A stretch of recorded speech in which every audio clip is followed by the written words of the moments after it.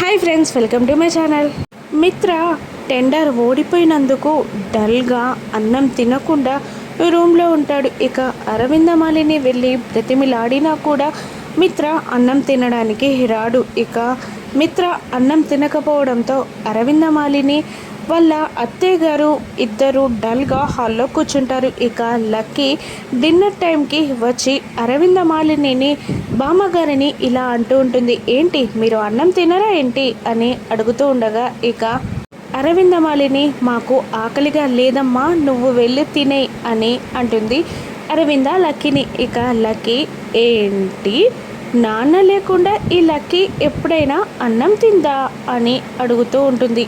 అప్పుడు అరవింద మీ నాన్న చాలా బాధపడుతున్నాడే, అన్నం తినడానికి రాడంట, ఏం చేయమంటావు మరి అని అంటూ ఉంటుంది అరవింద. అవునా, నేను తీసుకొస్తాను వెళ్ళి నాన్నని అని అంటూ ఉంటుంది లక్కీ.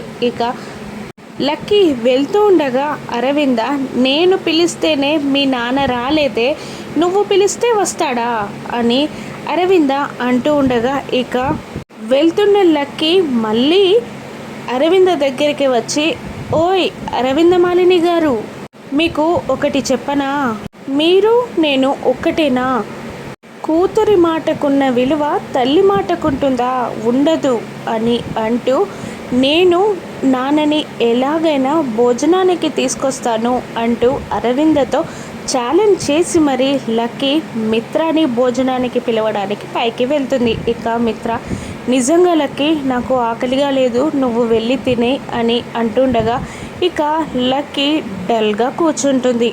కింద అరవింద బామ్మగారు దేవయాని అందరూ లక్కీ మిత్రని ఒప్పించి అన్నానికి తీసుకురాగలుగుతుందా అని ఆశ్చర్యంగా చూస్తుండగా లక్కీ డల్గా స్టెప్స్ దిగుతూ వస్తూ ఉంటుంది. ఇక అది చూసి అరవింద ఏంటి అన్నట్టు కళ్ళతో తన కనుబొమ్మలని ఎగిరేస్తూ నేనే గెలిచాను అని అరవింద సైగ చేస్తూ ఉంటుంది. అప్పుడు లక్కీ కన్ను కొడుతుంది తానే గెలిచానని. మిత్ర ఒప్పుకొని లక్కీ మాటని విలువిచ్చి తను అన్నం తినకపోతే లక్కీ కూడా అన్నం తినదని భోజనానికి వస్తాడు మిత్ర.